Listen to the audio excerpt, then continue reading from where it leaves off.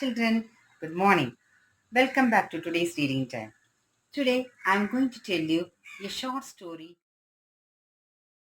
The Courage of Sarah Noble is a children's historical novel by Alice Dalglish. Originally published in 1954 and still popular in school classrooms. The book follows a young girl and her family adventures in 18th century.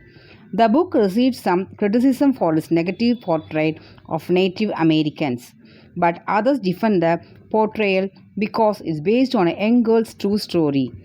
Dalglish taught in elementary school before later lecturing in children's literature at Columbia University. She published many books for younger children. The heroine of the book is the little character Sarah Noble. She is 8 years old and when the novel begins, and her father is a wealthy man. He has recently purchased a plot of land in New Milford, Connecticut. He wants to set up a farmhouse there for Sarah and her mother. It is growing white settlement and the thinks they'll be happy there. When her father journeys out to New Milford to inspect the land, he invites Sarah to join him. She is very excited because it will be an adventure for her. Sarah's mother wants her to take care because the woods around Connecticut are full of Indians. Mr. Noble promises he will take good care of her and nothing will happen. Mrs. Noble waves them off and they set out on their journey. When they arrive on the land, the first thing Sarah and her father do is inspect the plot. He has building plans and he is checking to see what adjustments must be made. When they get there, they are soon approached by the local Native American tribe called the Schaghticoke. Mr. Noble tries to communicate what he is doing there and that he is building on the land. The Indian seems friendly enough, but Sarah's intimidated by the way they dress and look at first. Sarah's first test of courage comes on the very first night, when they must sleep outside because the house obviously is not built yet.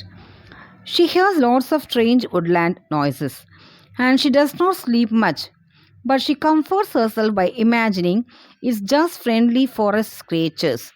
This is her first taste of independence. She can't rely on her mother appearing and soothing her back to sleep. The next day, her father takes her to meet another white family, the Robinsons. He wants her to see other white people settled and happy in the area and ensure she knows this family she can turn to if she ever needs help. However, Sarah's anything but reassured when she meets the Robinsons. The children are terrified of the Schaghticoke and their parents reinforce this message. What's more, the whole atmosphere is very stuffy and unloving. It makes Sarah more appreciative of the nurturing relationship she has with her own family. She is the kind of girl who likes to make up her own mind about anything and she decides to give the Schaghticoke people a chance. She does not anticipate playing with the Robinson children again. Sarah's next test of courage comes when her father starts working on the plot of land. He gets up a shed where Sarah can stay, but it means she is by herself for much of the day. This frightens her at first, but she does not want her father to think she is weak. She pretends she is not frightened at all, and she focuses on Bible study. One morning, Schaghticoke children arrive. They want to see Sarah and see what kind of things the white girl gets up to. She tries to read to them because she senses they are friendly. Although they don't understand what she is saying and the children are fascinated by her. The building process takes a long time, but it's going according to plan. Over the course of many weeks, Sarah spends more time with the Schaghticoke children. She learns how to communicate and immerses herself in their culture. All the while, she teaches them enough English that they can communicate better. Sarah's favorite family is Tall John's. He is a kind and gentle man, and so are his children.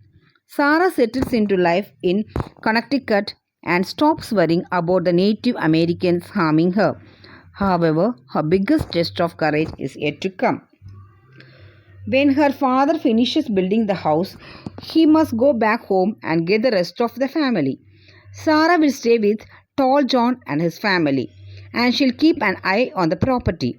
Sarah's frightened because she's never been without her father, but she shows him how brave she can be and wishes him farewell. When her father returns with the rest of the family, Sarah's delighted to see him. She shows her mother that the Native Americans are nothing to fear and that they are wonderful people. Her mother is still skeptical, but she is willing to give them a chance. Sarah announces that she is planning on staying somewhere like Connecticut forever because she wants to be a teacher. Her parents support her plans and they encourage her to find a husband who feels the same way. Thank you, children. See you in the next class.